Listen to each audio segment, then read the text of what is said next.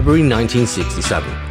TV producer Robert Reed was working on ITV's World of Sport and was looking for an event that wasn't affected by the British weather. His answer was to take rally drivers, stick them on a short mixed surface track and race them wheel to wheel in short races. And that first event ran at Lydden Hill in Kent, saw Vic Elford win in a borrowed Porsche 911. Within 2 years, 10 million Brits were watching on a Saturday afternoon. The sport spread to Holland, then Scandinavia, and by 1973 the FIA introduced the first European Championship. Through the 80s it got serious, and loud. When the Group B cars were banned from the World Rally Championship in 1986, the monsters didn't disappear. Instead, the Ford RS200s, Peugeot 205 T16s and Audi Sport Quattros found a new home in Rallycross, unleashing somewhere north of 600 horsepower onto tracks that were roughly a kilometre long. Norwegian driver Martin Schanker, better known as Mr. Rallycross, would go on to win 6 European titles and become the sport's first true superstar. When the Group B machines were eventually phased out in the early 90s, the TV cameras followed, and for a while, Rallycross lived in the shadows. In 2014, everything changed. IMG relaunched the series as the FIA World Rallycross Championship, one of only 5 FIA World titles in motorsport at the time. Hello and welcome to the FIA World Rallycross Championship here in Portugal. RX is back and there's one big difference. It's gone global. The sport that was invented for television had eventually and finally found its audience again. After an unsuccessful foray into an electric era that saw both manufacturers and fans leave, the Ice Monsters are now back in an all-new European Championship. Joining me to discuss this thrilling sport on the show today are Rallycross presenter Andrew Coley and driver Klara Andersson. Welcome to the show, guys. How are you? I'm Klara, good, you can thanks. go first. Yeah, I'm good. Great start. How are you? Very well, thank you. I love how this interview is going already. It's going to be good. It's going to be I'm cool. fine. As we briefly said before we started recording, we've knocked a wall down in my house on purpose. I haven't driven into it or anything. And so the house is an absolute bomb site. I'm surrounded by furniture. I've done my best to not show the carnage, but there is carnage. And but everything's fine. Everything's fine. Yeah. So I'm fine. How are you? I haven't got to that point yet. There is going to be some work doing soon, but I'm all right at the moment. I'm just so many interviews coming. It's ridiculous. Well, thanks for having us on, Drew. Much appreciated. Absolutely. Happy to have you on, guys. And you're here to talk about Rallycross, something that I've kind of rediscovered actually recently. I absolutely loved Latvia. What an event. It was so good. And it's great to see the old cars back, actually. It was so great to see the fire-breathing 600 brake horsepower monsters back on screen. Yeah, I mean, I had a brilliant weekend. Klara did join us for a bit in the commentary box. It's the most fun I've had on a Rallycross broadcast for a long time. You know, I love having the internal combustion cars back. Again, I know it's affected Klara's career in a not great way, and I think you have to remember that the electric side bought money and manufacturer backing in some ways, but probably not enough to sustain the series long term. But to have the noise back, for me, it's even more than it's the volume of entries. We had stories, we had people who had a bad heat and had to start in an early one and needed to win the start, and strategy, and people desperately trying to win against Johan and teaming up against him, and he, he clocked the fact I joker. Everybody knows now he jokers, you joker. Don't give him 2 laps. He only needs 1 anyway. So it felt like old Rallycross. It felt like there were consequences if you had a bad heat, if you didn't turn up. It felt like there was depth of entry and every race was worth watching. It was the total opposite of what last year for me. Obviously, I missed the World Championship for a few years working in America.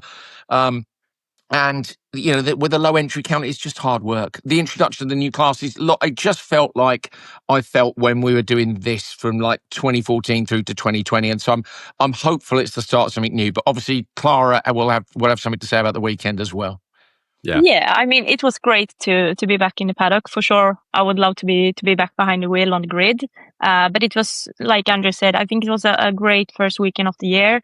Lots of cars. I really enjoyed the new classes. I think they are fitting the championship very, very well. And for me, coming up, like when I was a bit younger, I would have loved a class like this to start my career in international rallycross. And like Andrew also mentioned, to have, I mean, the top guys like Johan, Backerud, Baby, but also some of the newcomers coming up. I mean, it was, just a great vibe. And the new format, it added for sure some drama with now the quarterfinals. So, can't wait for the rest of the season. Yeah, it was super exciting to watch. I mean, I was sort of simultaneously watching the footage and searching out for the cadet cars. It's like, how much are they? How much are they? Yeah, they're pretty reasonable. You can get a cross car for about 30k, I think, maybe a bit more. Is that around about right, Klara? 30? Yeah, I think so. Yeah. But the new cars, the ones that I love cross car. It's brilliant. There's an FIA cross car series already as well, and of course all the national championships, which makes that really attractive. But I really liked RX4. Me too. Those cars are like, you could get UC Pinamaki was telling me you could pick one up second hand for about 60k, maybe 10k more if you want a new one. And it's just the amount you can do with it. You know, you go rallying with it, you can do rallycross with it, and the racing was so close. One of the heats, we had all 4 cars over the road over the line, inside 0.6 of a second. And I loved it. We had Anna Rusek competing in it as well. So we had a female driver in the category, which we need, and we need Klara back in the top category. And just a bunch of youngsters who were doing battle for reasonable money. Super 1600 RX3 is great, but it's so expensive, and the cars are, they're up here the whole time. They need rebuilding all the time. And RX4, I think, is a great addition. So, I'd second that. It was good. I'm looking myself. Yeah, I must admit, it is nice to see the RX4s in the basically the Rally Ford machinery, isn't it? Yeah. I was actually going to come to you first, actually, Andrew, and ask you to do something that you do probably quite a lot. And that's just explain what Rallycross is to the people that aren't aware and how it works. Sure. So rallycross is think of it as a cross between rallying and racing. So it's a mixed surface discipline, part tarmac, part gravel, and you race against other cars at the same time. So where rallying is 1 car at a time, rallycross is up to 6 cars at a time. So we have 4 qualifying heats in FIA rallycross where there are 5 cars that start in a line. They do 4 laps. One of those is a joker lap. So you do a separate lap, which is slightly longer, and that's what brings in the tactical element of rallycross. So you choose, did I win the start? Do I want to get out of traffic? When can I go? How quick are the guys behind me? That kind of thing. From that, you get a qualifying order, and then we go through to quarterfinals, semi-finals, and a final, and the overall winner of the event is the winner of the final. But the heats are really fun, and that's one of the good things. It's not like one qualifying session, on a fastest lap. You have to race, and there's tactics and pace based on that as well. It's based on the clock. The weather can affect it. The track conditions can affect it. So it's a brilliant sport. And from my point of view as a commentator, we have the occasional terrible race in most series, and in rallycross, if you get a terrible race, it's done in 3 minutes. So it's great, It's built, it's perfect for social media. It's perfect for short attention spans, and increasingly, TikTok, Instagram, that kind of thing. You could watch a whole race in 3-4 minutes and have just be blown away by it. You always see in the comments, I can't believe I haven't heard about this. This is better than F1. Yes, it is. So tell your friends. It really it's perfect for television. It is, and the digital media. I must admit though, Klara, do we still have spotters in Rallycross? Yeah, no, definitely. I was assistant spotter now in Latvia. So basically, I was doing the splits and telling Charles, the spotter, when to take Rokas into the Joker. But for sure, I mean, the spotter is a key part of the game. I mean, especially now when we have so many cars, you need to be so strategic with everything you do, because now you can't have a bad heat, and you can't joker and be behind someone that is maybe slower than you. It will affect maybe back in the past it would be maybe two drops in the heat, but now if you lose 2 seconds from it can be 15 cars that will go ahead of you. So it's a key part. Not sure you're going to be able to answer this because it might be a closely kept secret, but how do you decide when to tell your driver to go? For me, it's you need to scout the drivers that you are racing against. And for example, it depends a lot if it's in Q1, Q4, semifinal, final. I mean, semifinal, final, it's only the position that matters. Then you can have the time, but you need to be in the top 3 basically. But if you are in Q1, it's still early in the weekend. You need to have the points. So there you need to play it a little bit more safe maybe, and not be involved in too much drama per se. But I mean, it's really case by case. But usually you take the split between your car and the car that you are fighting at the moment, and you try to beat them all, but mainly that one. I imagine there's some really serious tactics that happen between the crews in that sort of situation. There are, and I mean, the best spotters as well. There are certain tracks where it's strategically better to joker not on the last lap. So the Estering in Germany is one of those, because it's uphill and slow out the joker lap. You can affect your overall time. So you're better to joker on not the last lap. So you'll see everybody go on lap 3. It depends where the joker is in the lap. Like if it's in the first corner and you lose the first corner, so second corner at Holliers, for instance, in Sweden, the driver will often make a call on whether or not you're going to make it. So your inside turn 1 means your outside turn 2. If someone's beating you to the apex, you might as well go joker, but not if there's a slow car behind you. But then that depends on the joker delta. So if the joker delta is only a second and you're in P2, you'll probably get in and out before the car in P4. But if the joker delta is 3 seconds, you won't. They'll all be there in front of you, and then you're screwed. So it's track dependent. It's who's in the race with you. It's did I win the start, and it's where is the joker in the lap. And the more experience you get, I've always said when I get fired as a television commentator, which is inevitable one day, I'll become a spotter, because I think I've watched more rallycross than anyone else in the world now. So you have a really you just we get often we ask the question. Klara's been in the box room. I'm like, when do you go? And we'll both be like, he should have gone there. I should have gone a lap back. He had the gap and it's gone. Yeah. And you're just watching splits the whole time. And the spotters have normally the TV feed, but that's delayed by a couple of seconds normally to them. Obviously, they're looking out the spotter's truck, actually looking at the track, and then they have the timing screens, which are immediate. They're to the 100th, but still, you'll see them with a manual stopwatch, and they'll time it off a post at the back. When the car passes the telegraph pole, click, 2.3, not enough. And it's mad, isn't it, Klara? The stress in there is unbelievable. Yeah, I mean, everyone can be a good spotter on the grandstands, but when you are there, like with the headphones on, and you know that you need to take a decision in the moment that can make or break the race, it's so many different variables that you need to take into account, but it's also quite fun. I mean, I love like the thrill of it in that sense. So, I mean, spotter is what it's known as, but you are effectively the strategist. Yeah, absolutely. Yeah. You're the Formula One strategist, effectively. So, majorly important role. Kind of understandable why the drivers get in trouble when they ignore you, then, I guess. Definitely. They normally say the radio wasn't working, but that's bollocks. The best excuse. Time. Yeah, racing driver excuses. Obviously, there's a book. Yeah. We all know that. If it had worked out, it would have been their decision. But if it doesn't work out, the radio wasn't working. Exactly. They didn't hear them. Exactly. So, yeah, absolutely. Let's take it back then. Let's actually discuss what Rallycross is all about. And something that we're going to come back to a little bit later on when we discuss the electric era is Rallycross's identity. It forms such a core part of what it is that we kind of really need to discuss what that is and what that looks like. So it started off life amazingly as an activity to fill a TV spot, wasn't it? When horse racing got cancelled in '67, it was Robert Reid, I believe, that was behind it.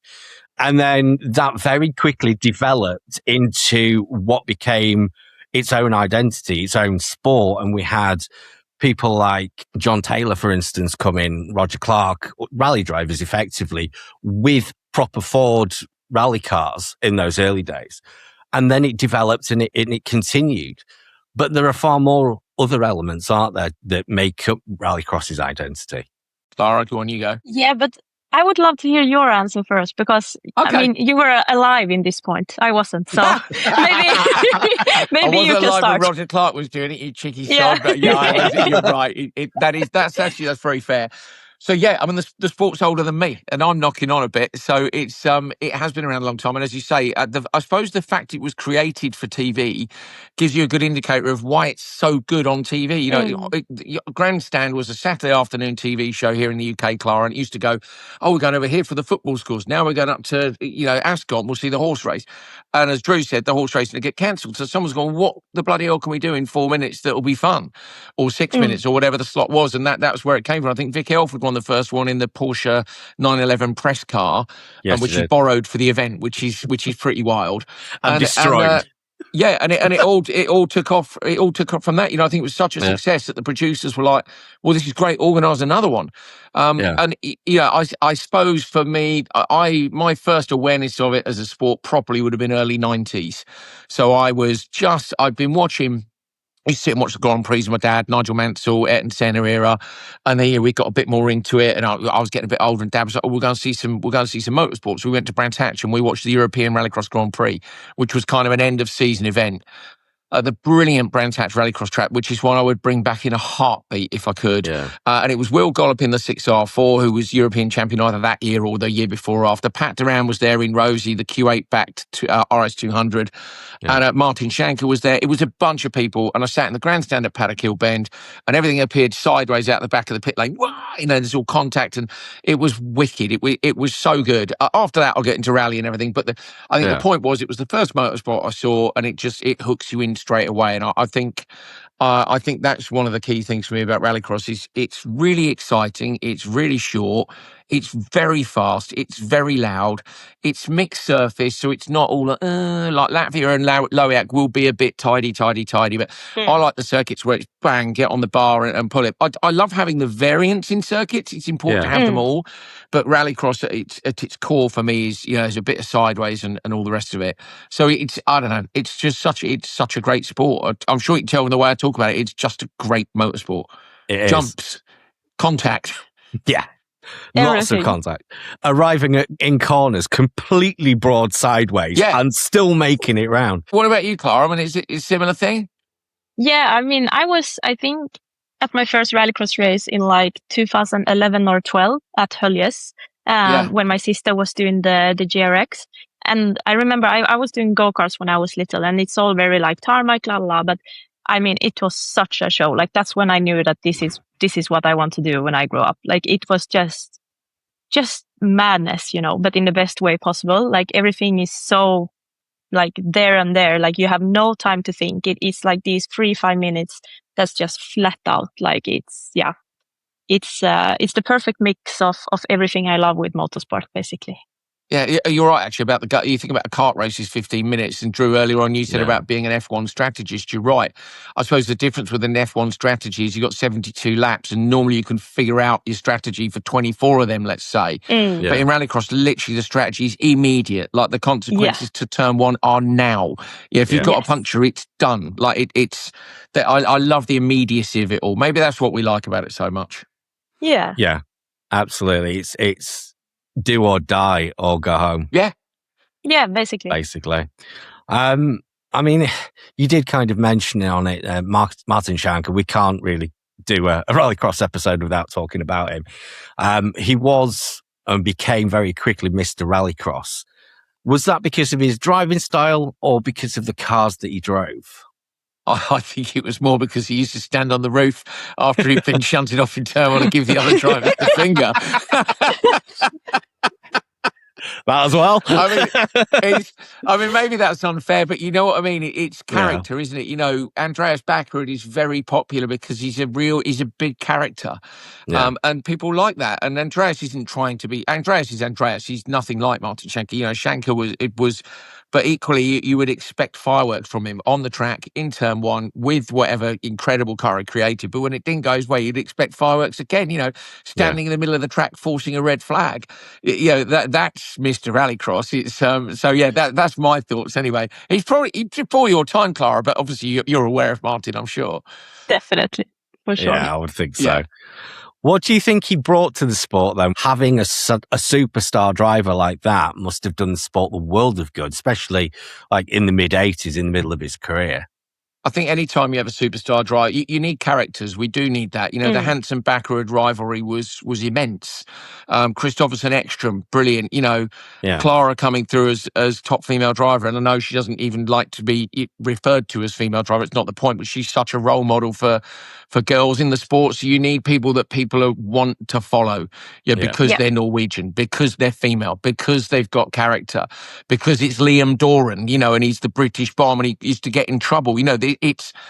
we need characters, and that for me, I think if ever you have a character, and superstar drivers, like Solberg's got a great character, but Solberg's initial draw to the sport was Petter Solberg. He's from the WRC, ultra popular with the fans, and he's coming in with that, and that's what the sport needs, and I think that's what we're doing at the minute. Is we're creating our own heroes, and we're moving on a generation. It's quite scary, really, but like Timmy and Andreas now, they're a bit older. Like Andreas the other day, I was like, we got plenty of drivers in their 50s, but Andreas is the oldest of the last set of drivers. At some point we need new ones coming through, and that was why I was so excited to see Terpainen, Rutkanen, who isn't super young, but he's new, and/or Trepak. Like, we got some mega drivers coming through. So you need the attraction of a superstar driver, and then we need to create our own characters within the sport. And I think we did a good job of that. If you think when we had Block, Loeb, Ekstrom, and Solberg, still Hansen and Baccarat were right up on that list with those people who were definitely more famous than the rallycross drivers before. I'd love to get the sport back to a point where we're making those drivers famous again. Absolutely. I was going to ask actually how those rally drivers were welcomed into the sport. Were they just welcomed with open arms, or were they seen as sort of outsiders from the rally world? I think welcomed, to be honest. I think the fan base was stoked to see someone like Petter Solberg come in. You've got to remember as well, though, that at the time, the sport was being taken from, sort of muddy tents and dirty lorries. And lots of people will say it was better back then. There are people who hate the fact that the rallycross has been professionalised. And it maybe went too far. You could rent a car for 30 grand a weekend, and then it cost you 100 grand a weekend. It's the same number of laps. Yeah. So it went a bit factory team. Do you want to pay for somebody to be wearing a white shirt? Is that any better than somebody wearing a dirty overall? No. But Solberg arrived at. I've got the dog, by the way, if you're wondering.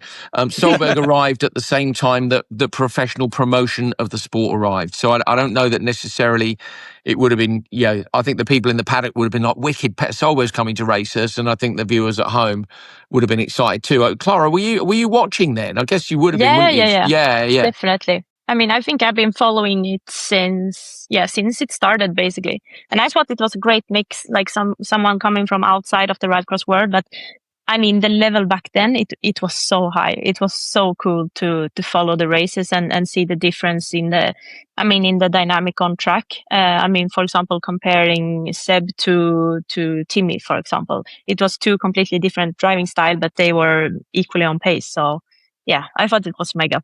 I think it's interesting you get a 9-time world rally champion come to rallycross, and I can't remember how many times Loeb won. It's 1 or 2, I think. Yeah. I know he won in Latvia. I think the first year in Latvia, and I can't remember if he won again or not, because I'm terrible like that. But 9-time world rally champion.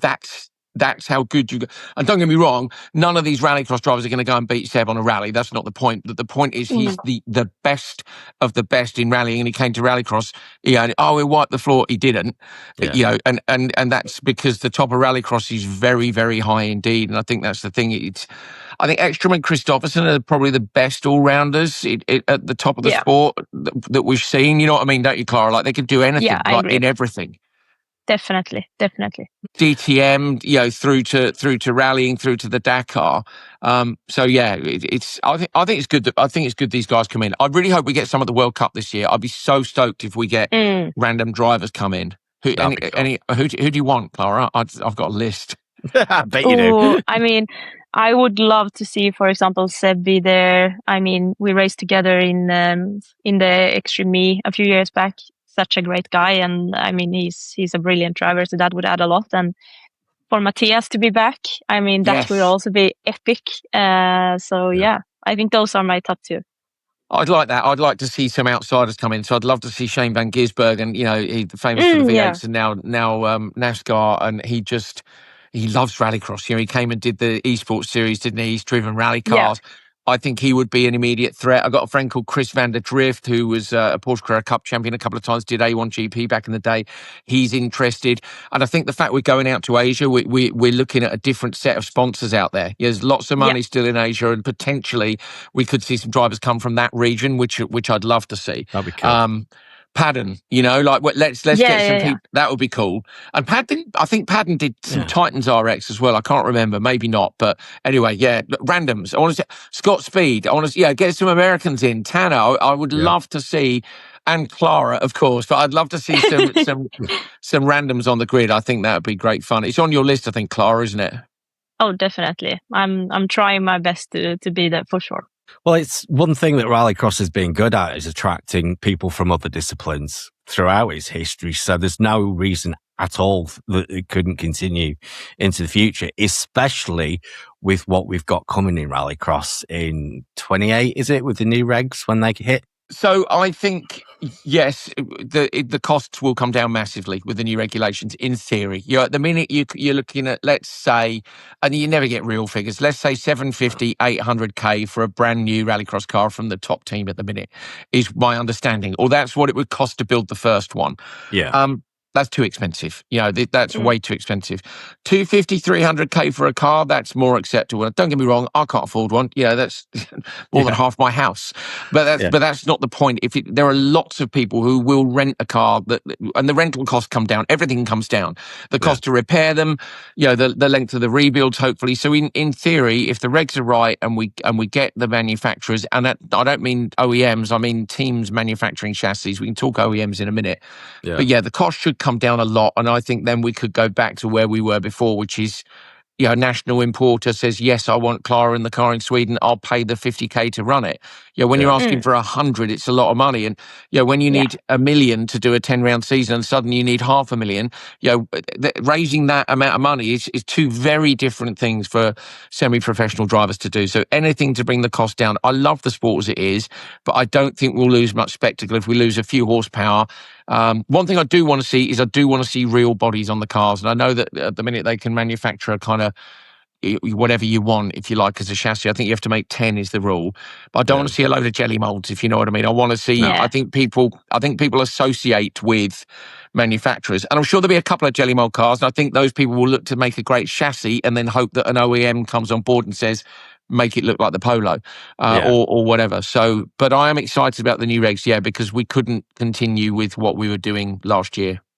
No, it's all technology, isn't it? At the end of the day, I'm assuming there's these cars that we're running in 26, cars from 2 years ago, 3 years ago, maybe now, even older, even possibly. How old are the supercars now? I mean, the Megans are like 20, 2018, 2019, I think, 2018, I think. Yes, wow, maybe I think most cars are from that time. The Hyundai that you drove, that was newer, isn't it? I guess the GRX cars would be 18, 19. The last of the Peugeots is 18. So they're all knocking on a bit, and this is the other reason the regs have to come, is while we all love the supercars. I suppose nobody's made a new supercar except Rennie Munich. No one's made a new supercar in recent years because they thought there was nowhere to use them because of the electric era. So there wasn't going to be an outlet. So everybody thought, well, the internal combustion cars aren't going to be worth anything. Let's get rid of them. And now you've got the likes of Hansen who would love to do some events, but they don't have any cars. So they've sold all the cars. So they've got 2 cars with an electric drivetrain left in them, which would cost a fortune to change back. So they're stuck, unfortunately. That is a real shame. I mean, we should probably say that the 28 regs are based on the WRC 27 regs, which is like space frame chassis and the like. But they're designed with tuners in mind, which is just Rallycross in a nutshell. It's just like handing them the keys to the factory, effectively. So I really do hope that encourages private tuners back into the sport. Like you say, we see some real cars back on track, because that would be amazing. I do want to just go back and actually talk about something else that's really hugely popular for Rallycross. Klara, you'll know a lot about this, and that's the culture. It's not just a sport, is it? It's an entire lifestyle, I guess, especially across Scandinavia. Yeah, I mean, definitely everyone up here. I mean, I raced in the junior Swedish championship and the Swedish championship in my beginning of my rallycross career back in 2018 to 21. And I mean, in 2150, the class I was driving with my BMW 120, we were, I think, 55 drivers just in that one class in Sweden. And I mean, we have so many great tracks all over Scandinavia, like proper old school rallycross tracks. And I mean, me and my dad, we built my BMW together. He has been building BMWs the whole 90s to zero. And yeah, I mean, it's just such a, like you say, a culture here. Like we love rallycross, and we see the level of the Swedish drivers from looking the past years in World RX, like it's high. And that's, I mean, it's great to see. And yeah, I mean, I hope that it stays this way. I know that the Swedish Championship is going up again with entries and so on. But yeah, I mean, it's the best thing in the world for sure. It's the festival atmosphere that you guys have attached to it as well. It's not just like a motorsport event. It's a weekend. It is a proper festival. There's other entertainment that goes on as well around the weekends, isn't there?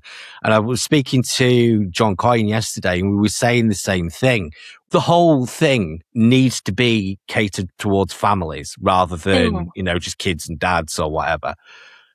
To bring whole families, to bring that new generation up, and just to advertise it and just to show, look, this is what it's like, to help grow the sport.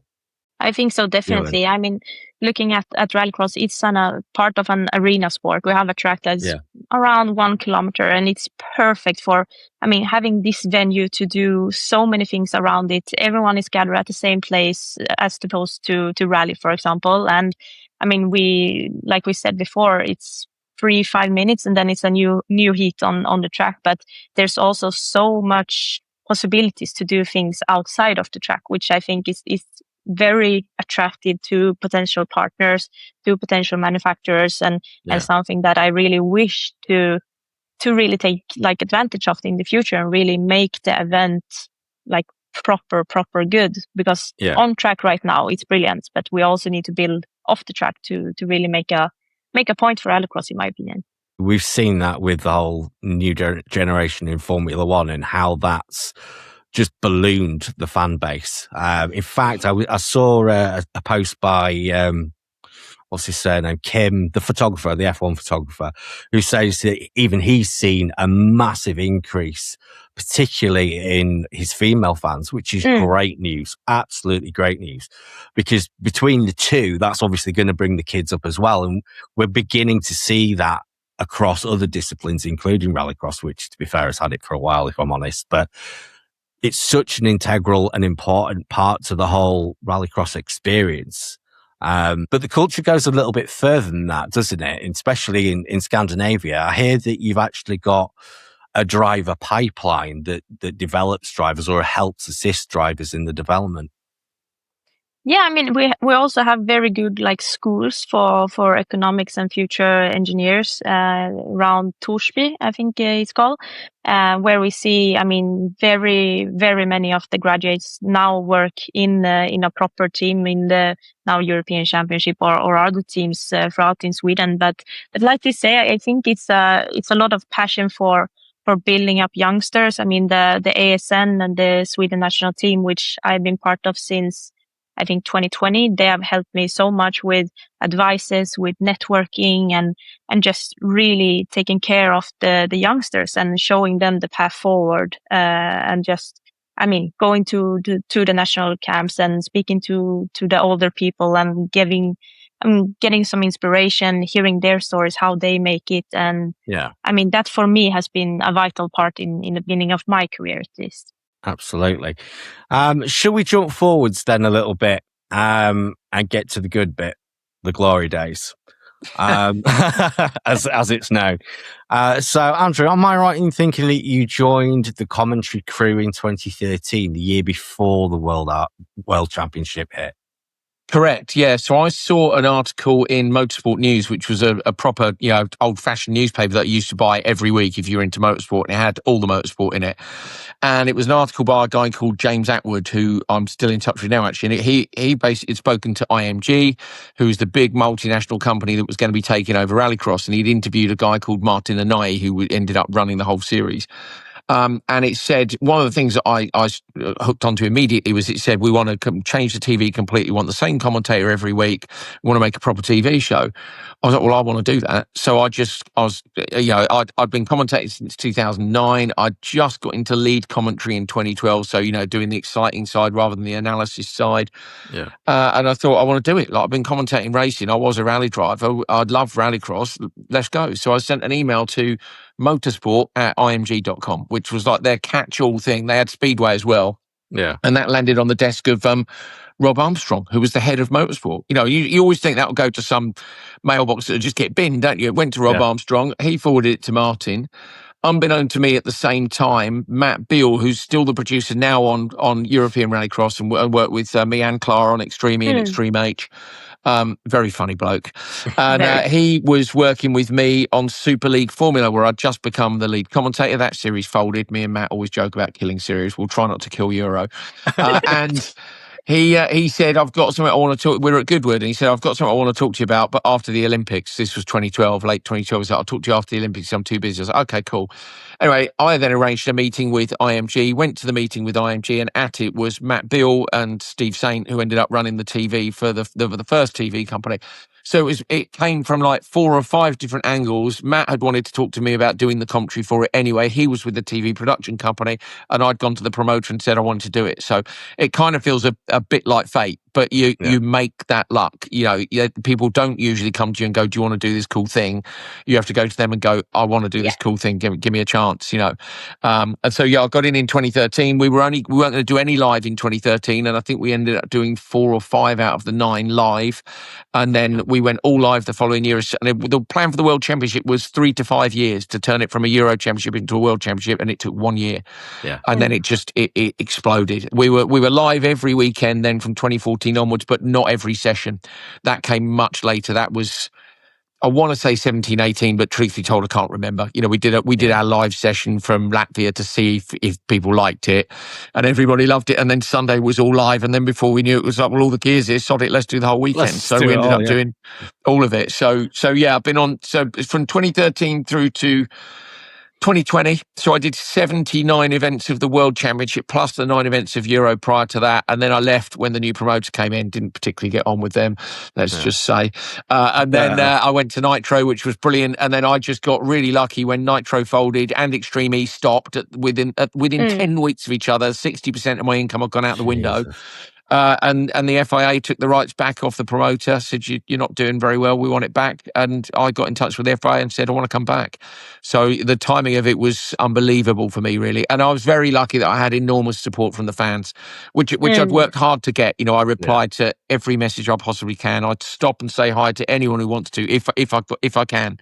Yeah. And I think that served me really well because, they liked me. And so when I came back, everyone seemed quite pleased. I was a bit worried.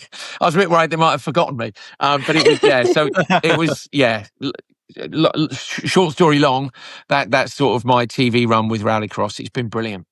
Yeah, we can't forget the voice of Rallycross, mate. Exactly. How can we forget that?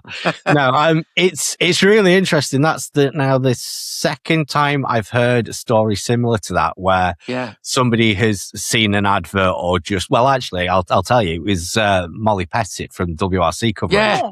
She just decided to send an email one day, and the next thing she knows, she's presenting at the end of a rally stage. It's an amazing story. It's to be able to go from just sitting on your sofa seeing an advert, for instance, and the next thing be, where you want to be doing the job that you want to be is brilliant to know that that's a possibility. That's epic. Absolutely epic. Yeah. It's a lot to be said for chasing after things.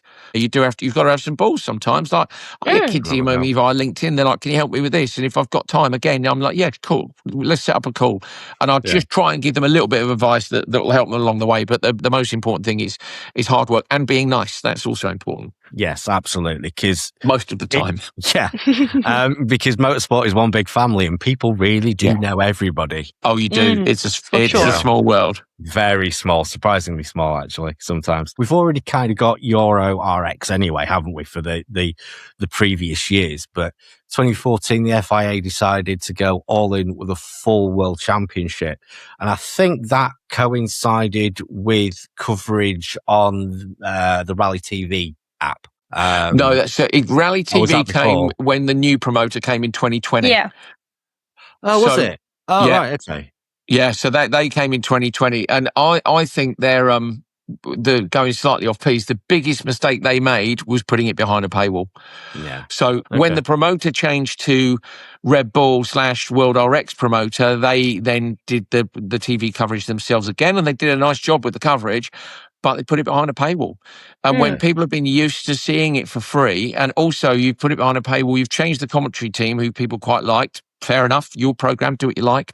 But also you were going electric. So you've changed your commentary team, you've changed the technology, which people don't think they like. They haven't even had the chance to know whether they like it or not, because you put it behind a paywall. So it was for me, the decision making was crazy, and I'm quite open about saying that now. It's all changed and moved on. I think they would take the commentary side out. Obviously, that's more personal to me. It was going electric. You've got to give people a chance to like it. Like put it out live and free on YouTube, and people go, I think it's going to suck, but I'm going to watch it. Oh, wow, actually, it's better than I thought it was. Exactly. You killed your own audience by putting it behind a paywall. Klara, I think that decision was mad. Yeah, I agree. And I mean, I have never had a problem with electrics. I mean, I've been driving the cars for, 4 years with Volvo CE, and it was amazing cars. And I think electric cars, I mean, it suits rallycross. Yes, we love the sound. I get that point, but for rallycross, for entertainment purposes, it's amazing. The instant torque, the acceleration. We can be in downtown Hong Kong like we were in 2023, no problem. It's so cool. But doing all those changes at the same time, it's risky. I mean, and the stuff being behind a paywall nowadays. I mean, there's so many coverage for free that not many people would want to pay for it. Then we need to sell it first and then maybe take that decision. But yeah, I'm not an expert, but it was difficult times for sure. Yeah, bad timing. Yeah. Bad timing. Was that the start of the problem then for Rallycross? I think so. I mean, the paywall, definitely you've culled your audience. Your audience is what all your sponsors are saying they want to, they all want numbers now. How many people are going to see it? How many people are going to watch it? How long did they watch for across all the different social media platforms and everything? So first of all, you've killed your audience. And I know the numbers, they were appalling compared to what it was before, which is such a shame because the sport was still brilliant. Like there was a year of internal combustion afterwards. And as Klara said, we had the New Dawn and love or loathe electric. Like the uptake was pretty decent at first. Something like 8 or 10 cars with the Lancias, which unfortunately were lost in a fire, which again was another devastating effect for the sport. Because if, let's say you're a manufacturer and you go, you know what, this looks pretty cool, we'll come in. Then you see the fire at Lydden Hill, a technical fault on the battery and the cars went up. If I was a manufacturer, I'd be going, eee. So, Klara knows that the Volvo CE cars, they're not Volvos, they're race cars with a drivetrain underneath, but with the kind backing of Volvo construction equipment. That was a little bit of a different deal. But if you're saying, okay, let's choose a manufacturer that's not involved, that's going to be my Fiat Panda rallycross car, and then it catches fire to the public. They go, the Fiat Panda electric car catches fire. It's nothing to do with the Fiat Panda. In just the same way, 90% of a rally car is not the same as it is on the road car. It's like your headlights, your windows, and some of the body panels. Often that's it. Yeah. So you've had a fire, and that again, it was really unlucky. The promoter can't do anything about that. It was just pure bad luck. But millions of pounds worth of stuff went up in smoke. And suddenly, if I'm a manufacturer, I'm going to have to go, I need to see another 3 or 4 years of this before I can get involved, because I can't risk the public viewing that as my Fiat Panda going up in flames. It wasn't that. And sorry, apologies to Fiat. Just a random example. But you see what I mean? That was another negative for me, because it would have put people on the back foot if they were looking at coming into it. But I missed loads of that racing, obviously, because I wasn't doing it. And Klara, I mean, it was a good time for you. And I'm always gutted for you, because obviously you've been a paid professional driver, and that came because of the electric era. And now that's gone for you, and it's hard for you to get back on the grid. Yeah, exactly. I mean, I won the Swedish championship with my BMW in 2021, and then got approached from Volvo CE that they were creating this team in World Rallycross with the new electric cars. And that opportunity, I mean, that's a 1 in a million opportunity that I got, thanks to them going into rallycross because of the electric cars. And we all know the budget that it's it's too high right now. I mean, it's incredibly difficult, and I don't think I would have ever made it to World Rallycross without Volvo CE and PWR. I mean, I'm forever grateful for them. And now I'm sitting here and don't have a drive yet. I've been working every day for the last 6 months, just trying to find the budget, but it's incredibly hard. So yeah, it's difficult times. No one knows yet what's right, what's wrong. But I think and I hope that Rallycross is on the way up again, and that we can all look back and see a good future in a couple of years. I've got one thought on the manufacturer involvement, which I would love to see. You know, increasingly we're seeing manufacturers now saying we're canning our all-electric products. You know, so a couple of manufacturers, I believe Honda said something the other day about only doing hybrids moving forward. I'd love to see hybrid in Rallycross. Now, it didn't really work in Rally because it was a lot of extra weight to carry around to basically drive through the service area on an electric motor. Pointless.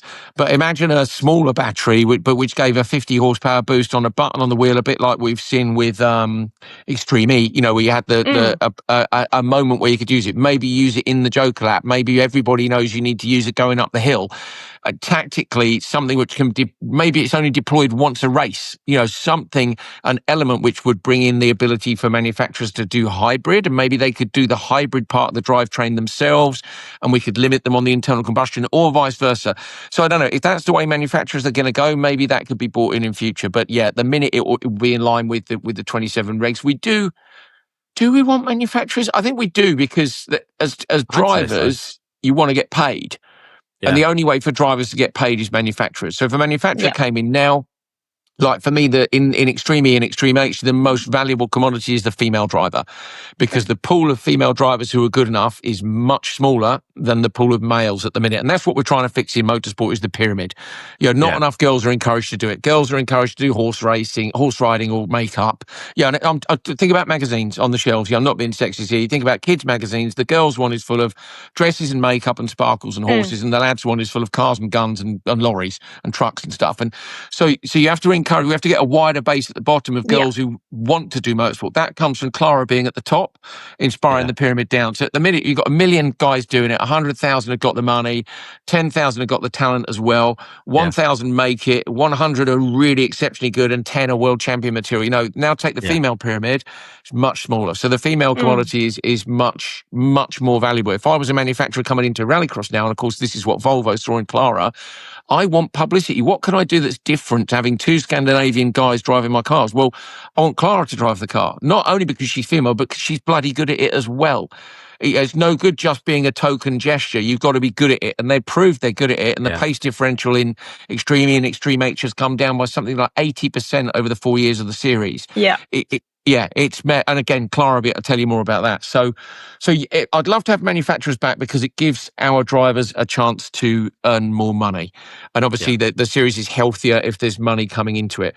What I don't want to see is what we saw last time, which is the costs triple when the manufacturers arrive.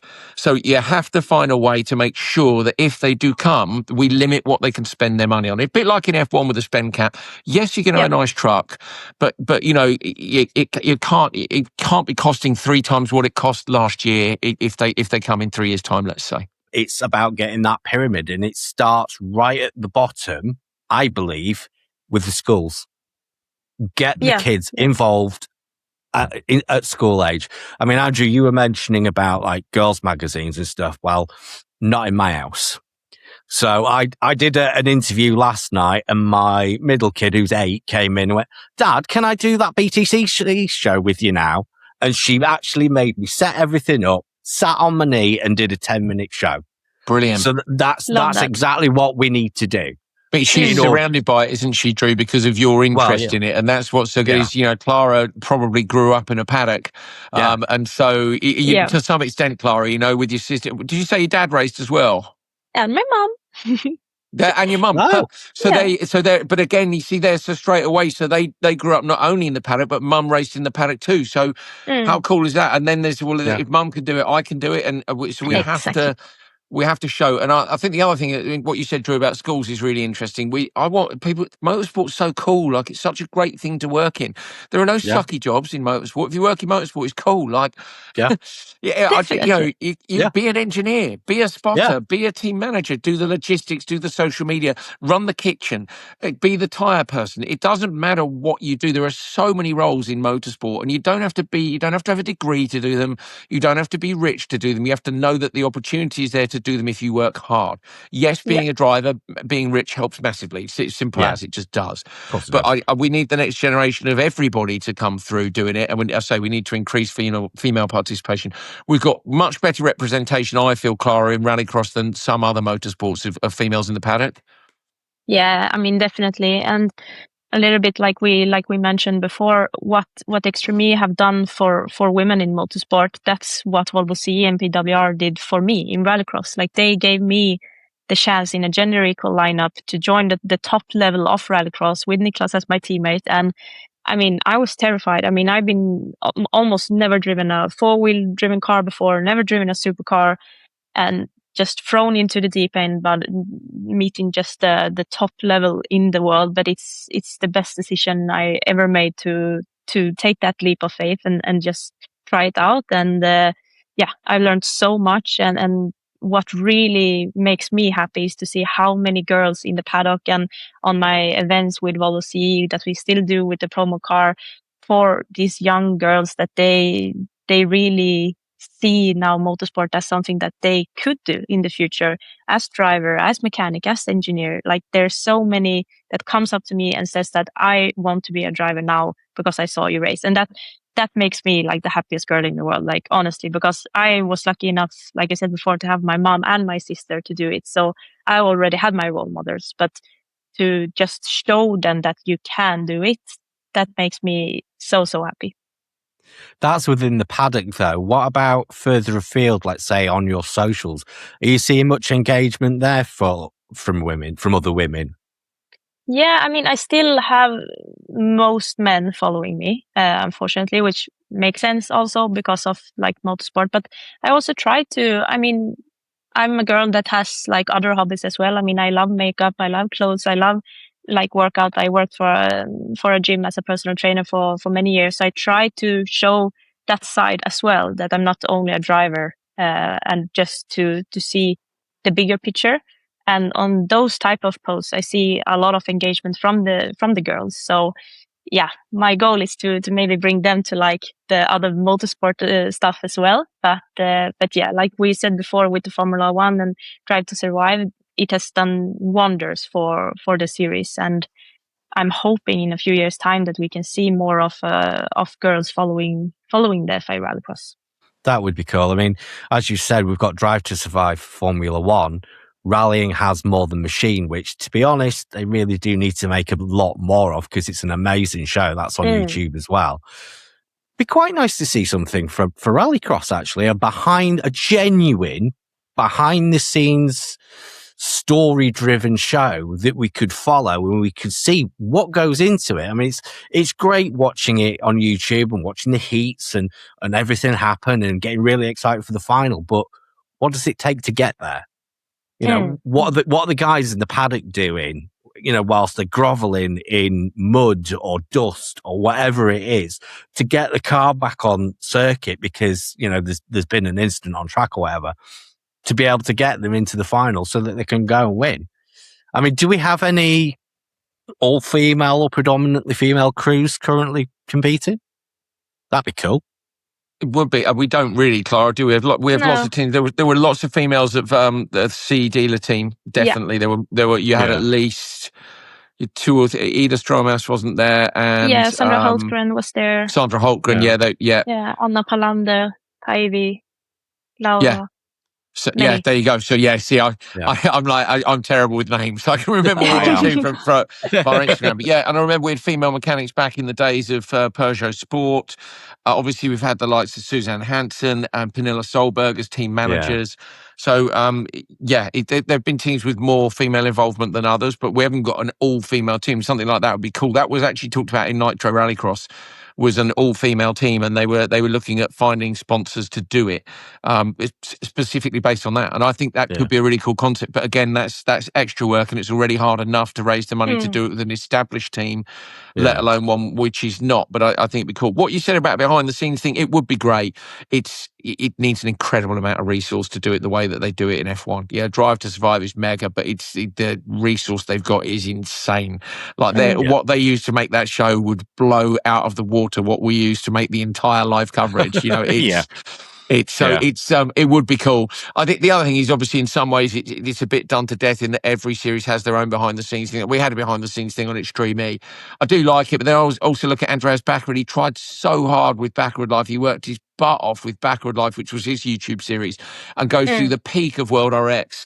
But I think unless you're back at that peak of World RX, you know, finding the money, because again, unfortunately, it costs money. So yes, you've got your sponsors, and so, but then if you want someone to follow you on social media and do the edits, and you got to pay for their hotel and the rest of it, I can immediately see that costing at least $5,000 an event on a basic level immediately. And when you're scratching to find the money to run the car, it becomes even harder. So that's another reason you want the manufacturers back.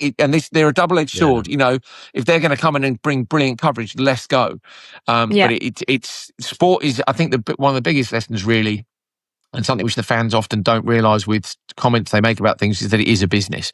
The whole thing is a business from top to bottom. Yeah, I love my job, but I don't do it for free.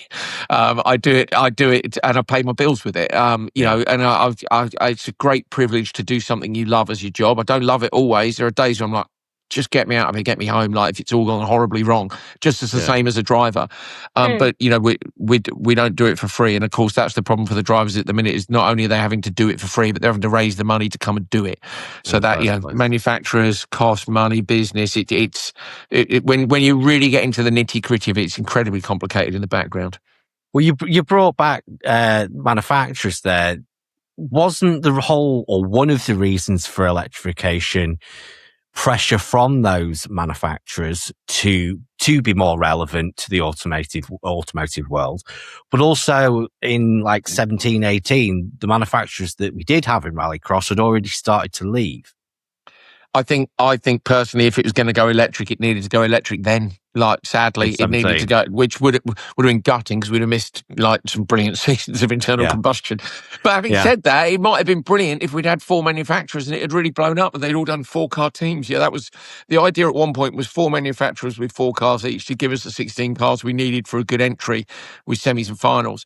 There were several manufacturers who said, I'll sign up for electric, but I won't be the first. You get me 2 others and I'll sign up with them. So if IMG had managed to get 3, then you might have snowballed and ended up with 6 manufacturers. But we weren't quick enough. And then the manufacturers left for differing reasons. So it was daft things like Audi had DTM, and did they do Formula E? Audi, I think they did, didn't they? I think they did, yeah. Yeah, and their board had said you can have 1 electric and 1 combustion. So they were like, well, we're not going to leave DTM, we're stakeholders in it, and we've got electric with Formula E, we're out.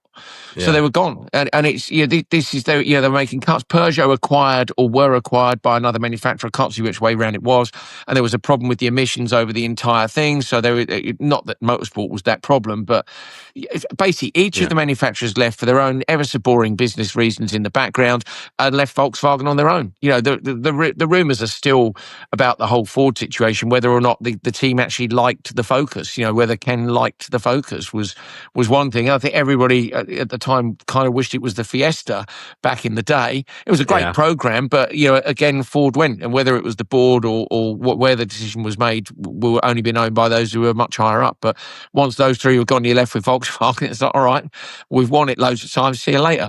And that left us with a massive void. And ironically, when they were gone, we then had the best championship year we've had in a long, long time in 2019. So again, you know, it's interesting to hear that everybody was waiting for everybody else before they signed up. They were, on board. No one wants to be first. I'm surprised at that when it comes to the electric side. I really am, because I thought with the way that the automotive world was going, the pressure from the FIA, the environmental side of it, I thought they would have jumped on that like hotcakes. I'm so surprised that they didn't.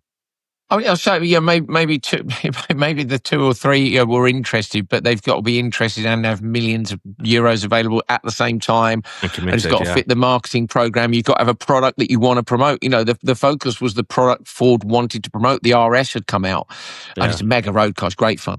And so, of course, they wanted something that's relevant, and that's the old thing of manufacturers wanting something that's relevant. So they chose the Focus. Arguably, might have had more success with the Fiesta because it's a slightly smaller car, a bit like Subaru in the States, struggled sometimes with the bigger car versus things like the Audis. Having 4 manufacturers involved was incredible. I say that's when it felt like sitting on a rocket, really, that the sport was just doing this. And then maybe it didn't go electric in time. By the time it had gone electric, other people had already done it. Then the paywall, then the fire, and it's had a rough few years. And also, I think, unfortunately, although I've had the great pleasure of working on Nitro Rallycross and Extreme E, we then had 3 series which were all doing quite similar things. We had electric rallycross in America, electric rallycross in Europe, and electric rallycross in Extreme E. So now you're all looking at the same pool of drivers, sponsors, and manufacturers, Klara, and it becomes even muddier.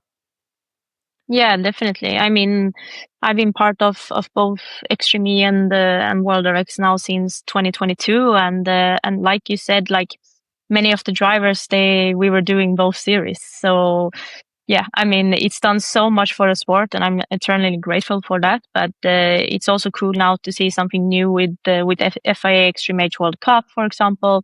Yes. Now with the FIA Rallycross going to Indonesia for their first World Cup. I mean, that's gonna be brilliant. So yeah, I think the future is looking bright. That's what my gut feeling is saying, and I hope that it will be true. Yeah, I think so too. I think we're heading in the right direction. Yeah, we tried electric; it didn't work. If it comes again in future, we'll see. But I think for the foreseeable, it's not going to be. And I think the fans love having the noise back. I've loved having the noise back. If we can make it more affordable again, so the likes of Klara can get back on the grid. Yeah, they're seeing the fans in Latvia go mad, and smash, but like, it was just everything about it was pretty. Yeah, we've gone full circle back to the start, Drew, of what you said about how great Latvia was, and it really does feel like it's a reboot. I'm grateful to the FIA. Look at me, right on brand with my FIA World Championship, Love that. European Championship.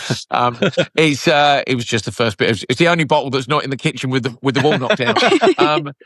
I think they're doing a good job. It's a small team of people at the FIA. This isn't a promoter with they're spending money to keep the sport going and get it going in the right direction. I think it's quite a brave decision by the FIA, and I think they're doing well. And I think you've only got to look at the number of entries we had and the resurgence of interest in the sport. And if the sport's good at the top, then it's like the pyramid we talked about for male and female drivers, but it's the same as the sport of the pyramid of the sport itself. If it's not strong at the top, it gets weaker at the bottom. And the kids, instead of wanting to go do rallycross, they go do karting and they want to do endurance racing and all the rest of it. If rallycross looks cool and people are getting paid, or at least winning world titles at the top of it, and it feels like you might be able to achieve it as a career, which was Johan was like, not going to win F1, I'm too tall, this is too expensive, we could do rallycross, and that could be something that we see other youngsters make that decision, and we're booming again. So fingers crossed. Klara, can I just ask, as you basically got your chance through the electric side of things, how do you actually see the return to ice-powered cars then? I mean, I've always had the feeling that why do you have to choose? I mean, I love both technologies and both different cars for different reasons. I mean, I love driving the electric cars for the instant torque. I love the new chapter of the technologies, of the engineering side with the software and everything. I find that very, very interesting and intriguing.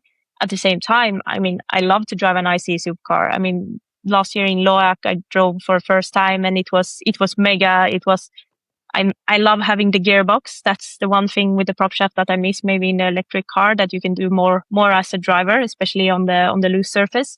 But I mean, to be honest, I love the project. I'm hoping to drive those cars again sometime in the future. Right now, it's the IC cars are back, and you need to adapt. I mean, we need to listen to the car manufacturers and also in the society. What cars, what technology do we push right now? And right now, many people are going back to other technologies, and you need to adapt basically. So yeah. I don't know how quickly the wider world can adapt, but I've been a huge advocate for sustainable fuels now for a while because it allows us to keep the noise, the bangs, the flames, and everything we love about motorsport and still be pretty much green. Maybe not totally, but, you know, at least, I mean, I did a thing about 3 years ago where I wrote an article, and P1 fuels at that point were 85% green, they said. With a plan to becoming more like up towards 95%. So if you look at, you know, the top teams now, if we get to a point where sustainable fuel is green, the great thing about sustainable fuel is you can roll it out. So in 10, 15 years with the right infrastructure and investment, we could put it in our own cars, which will save motorsport in the way that we love to have it. And then maybe one day we could have a bit of both and we could have like a return to the battle of technologies that we had a couple of years ago. Yeah, absolutely. Maybe on a bit more on an even keel. It's a bit like moving from Nokias to iPhones, isn't it? You know, the technology change, you've got to invest in it at some point. And yeah, maybe we'll see the oil companies, I guess most of them are already investing into sustainable fuels because they know it's coming and they don't want to lose their income. It's like tobacco companies making vapes, isn't it? Well, you've banned one thing, we'll do something else. It's a terrible example, but you know, very motorsport as well. Yes. And so yeah, I mean, maybe we could see that down the pipeline, but yeah, we'll see. Well, if it keeps the noise, I'm all for it. Mate, I'm all over it. Yeah, absolutely. Yeah, absolutely, 100%. We should do everything. We should do everything we can as a sport, really, to be environmentally friendly. But I always think, you know, motorsport gets slated for being not environmentally friendly, but a soccer game has 100,000 people drive there in their cars. You know, if you add up it's all very well going, oh, but you fly everything everywhere anyway. What we're not flying players around the world on private jets. I don't want to see sports stopped on those bases. No. Yeah, you can nitpick and what about the Olympic Games? Well, yeah, okay, everyone had to come from somewhere else, but it's the Olympic Games. So there's being environmental and there's being over the top, and I don't think we should be over the top about it. I think we should do our best to limit our impact, but you should do that with whatever you do. Do your recycling in the kitchen. If everyone did a little bit more, it'd all be a little bit better. But yeah, people get funny, don't they? And we can offset as well. Plant a few more trees. Well, we exactly. We'll plant some trees around the outside of the track. Look at Hollis. It's got tons of trees around it. Exactly. And Riga. Already ahead of the curve. That's brilliant. So how do we feel the future's going to look then in about 5-10 years? Are we hopeful? Yeah, I mean, I'm Klara hopeful. Andersson, world champion. Yes, please. I will sign up for that. Absolutely. Let's see the new regs if the car will be fast. But I mean, I have a good gut feeling for the championship. I think, like you said, Latvia was great. My home race coming up now very soon, and then hope to be back on the grid sometime this year. But I think the FIA have done a great job trying to now rebuild the series and try to make it what it once was, which I think you can't do. I mean, there's always a past, but we need to make the future great. So, yeah, I'm feeling good, definitely. A lot of people online are asking, is Rallycross dead? So from your perspective, inside and on the paddock, what would you say to that? What's actually happening? No, it's just beginning. I mean, Rallycross, it has such a heritage, but I mean, now there are lots of new things coming, new regs, new teams joining, a lot of drivers on the grid, FIA doing a great job with it. So, I mean, hopefully I have a good gut feeling that it will become very, very bright in the future.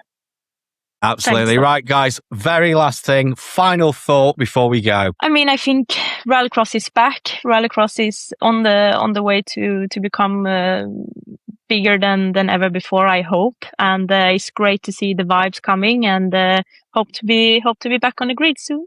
Well, thank you very much both for your time today. I've enjoyed the show so much.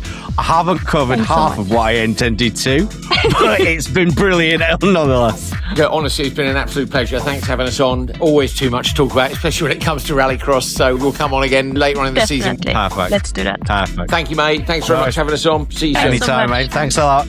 Cheers, guys. Bye.